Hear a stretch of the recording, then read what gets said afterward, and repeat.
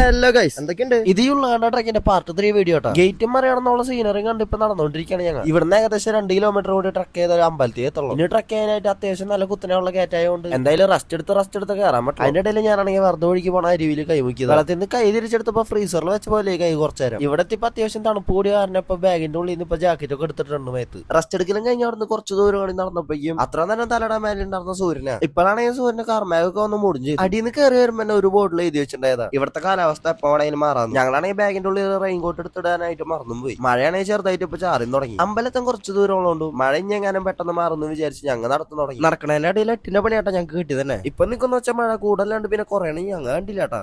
നമുക്ക് ഇനി മേലെ കയറിയാലും നമുക്ക് പണി കിട്ടും. ഇല്ലടാ, ഇനി മാറിയില്ല നമുക്ക് പണിയും കിട്ടും. നമ്മുടെ ഒന്നും ഇല്ല. ഇറങ്ങാ, അത്ര റിസ്ക് എടുത്തിട്ടായാലും ഇറങ്ങാ. കയ്യൊക്കെ മരവിച്ചില്ലടാ, ആകെ സീനായി ഗൈസ്. ഇനി അതിൻ്റെ മേലെ കയറാന്ന് വെച്ചാൽ ഒട്ടും നടക്കില്ല. കാരണം ഈ മഴ കണ്ടിന്യൂസ് ആയിട്ട് പെയ്യുകയാണെങ്കിൽ തന്നെ ഞങ്ങൾ ഒടുക്കത്തെ വെള്ളം പെടും. അതും പോരാണ്ട് നല്ല തണുപ്പുണ്ട്. ഇപ്പം തന്നെ നല്ല തണുപ്പായി, കൈയൊക്കെ മരവിച്ച് ഇതായി. വെരി ഡിഫിക്കൽട്ടാണ്. എന്തായാലും ഞങ്ങൾ ഇന്ന് ഇറങ്ങാൻ പോവാ. ഇനി വേറൊരു ദിവസം. അയ്യോ, എങ്ങനെയാ അങ്ങോട്ടൊക്കെ ഇവിടെ എത്തിയുണ്ട്.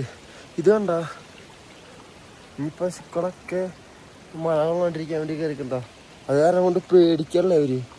കണ്ടാ പാവണ്ടല്ലേ. എന്തൊരു ചെയ്യ അവസ്ഥയിൽ ഒന്നും ചെയ്യാൻ പറ്റില്ല സത്യം പറഞ്ഞാൽ. ഞങ്ങൾക്ക് തന്നെ എൻ്റെ കയ്യൊക്കെ കണ്ട ചുവന്ന് നിവർത്താൻ പോലും മരിക്കാൻ പറ്റാത്ത അവസ്ഥയെ.